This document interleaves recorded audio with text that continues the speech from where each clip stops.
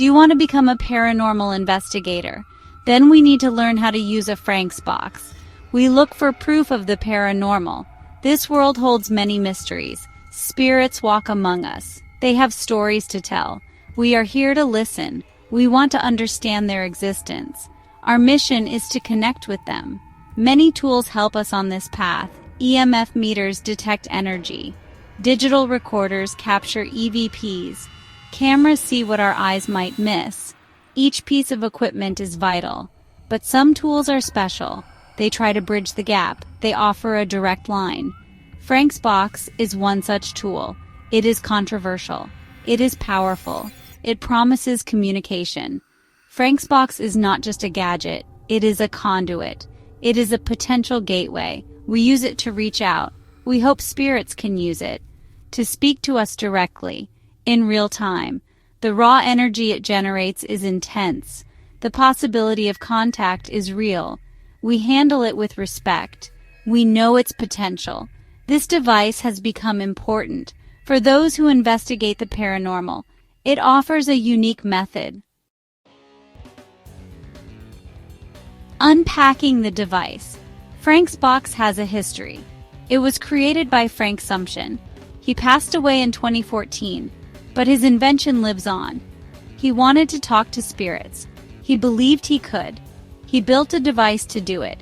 This was his vision. A box to open communication, a direct link to the afterlife. His work changed paranormal investigation. The device itself is unique. It often looks like a modified radio, usually an AM or FM radio. Sometimes both bands are used. The key is how it's altered. Frank's original design avoided clicking. This was important. He wanted pure sound, not mechanical noise. The box sweeps through radio stations very rapidly. This rapid scan is the core idea.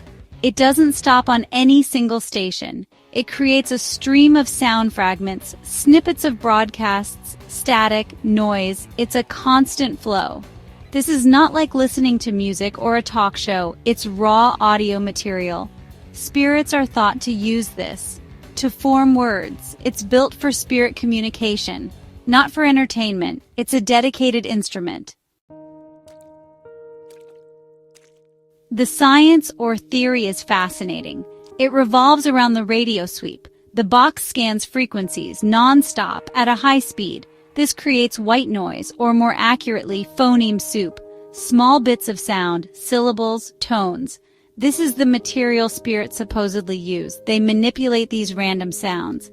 It's believed spirits need energy to communicate, to manifest. Frank's box might provide this energy, or use the ambient energy. The device itself generates a field.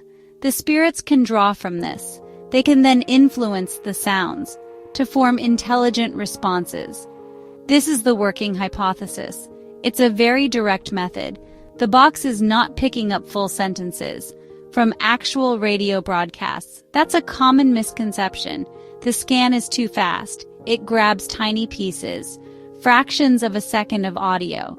The idea is that spirit voices are assembled from these fragments. It requires focus from both the investigator and the entity. Some compare it to a Ouija board, but with sound instead of letters. Frank's box builds on older ideas. Electronic voice phenomena, or EVP. This is a known concept. Investigators have recorded spirit voices for decades, on audio recorders, often in empty rooms. These voices are not heard at the time, only on playback. This suggests spirits can manipulate sound or electronic devices. Many theories exist about spirits, about how they exist. Some believe they are energy, existing on a different vibrational plane or a different frequency. Our normal senses cannot perceive them, but electronic devices might. They operate on frequencies too. They might act as a bridge between our world and theirs. This is a core belief. White noise is often used in EVP work. It provides a bed of sound. Spirits can supposedly imprint their voices onto it. Frank's box takes this further. It provides active, changing sound. not just static. This might give spirits more to work with, more material to form words, more chances to be heard. Frank's box offers real-time communication. This is a big difference from traditional EVP. With EVP, you ask questions, then you wait. Section 5, on the hunt, investigators and Frank's box in action.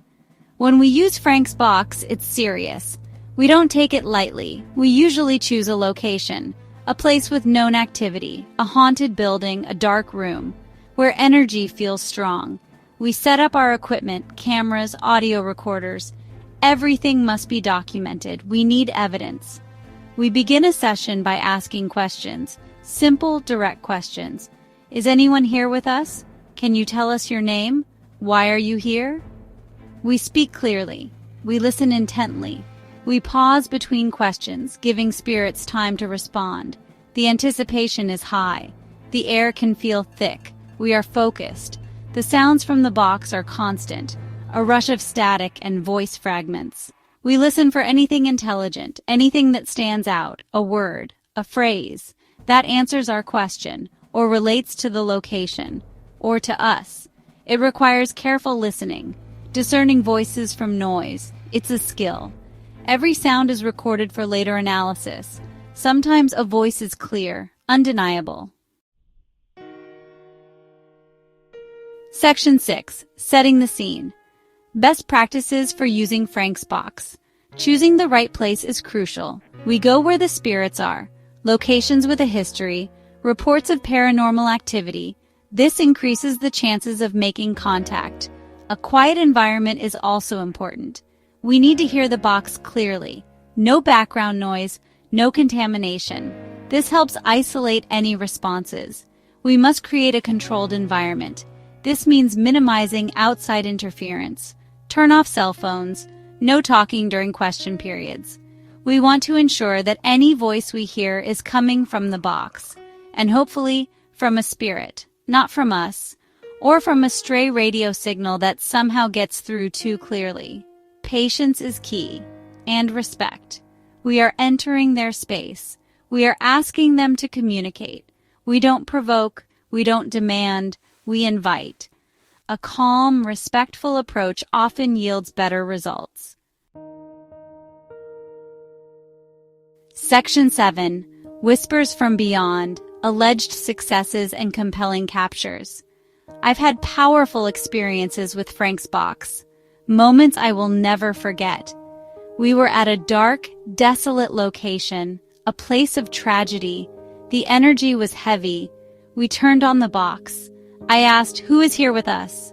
A clear voice came through. It said a name connected to the history. My blood ran cold. Those moments are undeniable. For me, for the team. It's not just noise. It's intelligent. It's responsive. The voice had emotion, pain, sadness. This is what we search for. This connection, this proof of something more. Frank's box can deliver these moments, if you are patient, and if the spirits are willing. Other investigators report similar things all over the world. They capture names, dates, warnings. Sometimes the voices are aggressive, threatening. Other times they seem lost or confused. The range of responses is vast, just like the range of human personalities. This consistency is compelling. It suggests something real. Section 8. More eerie encounters, documented evidence with Frank's box. There are many documented cases where Frank's box or similar devices like spirit boxes have produced remarkable results. Some are famous in the paranormal community. Audio clips are shared online, analyzed by many. These pieces of evidence fuel the ongoing research. They keep us searching. One common type of capture is a direct, relevant answer. An investigator asks, "How did you die?" The box might output, "Fire," or "fall," in a location where such a death occurred. This is hard to dismiss as coincidence, especially if the information was not widely known, or if the word is very clear. Analysis is crucial. We have to rule out pareidolia. That's when our brains find patterns in random noise, like seeing faces in clouds or hearing words in static. This is a real phenomenon. So the clarity of the voice, the relevance of the message, the context of the situation, all are important factors. We are critical of our own evidence. Section 9. Frank's Box, a controversial but crucial tool in the paranormal field. Frank's box is not without critics. Many scientists are skeptical. They say it's just random noise, that we are hearing what we want to hear. Pareidolia is their main argument. They believe the brain creates meaning out of chaos. They doubt spirits can manipulate radio waves. These are valid points. We acknowledge them. But for us, the experiences are real. The unexplained responses, the direct answers, the emotional connection, these cannot be easily dismissed. When you are in a dark, isolated place, and a voice from the box calls out your name or reveals a hidden secret, skepticism takes a back seat.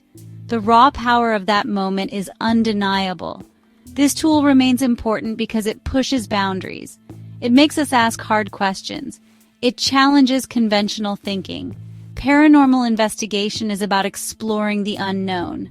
Frank's box is a key to potentially unlocking one of those unknowns, the nature of consciousness after death, the possibility of communication.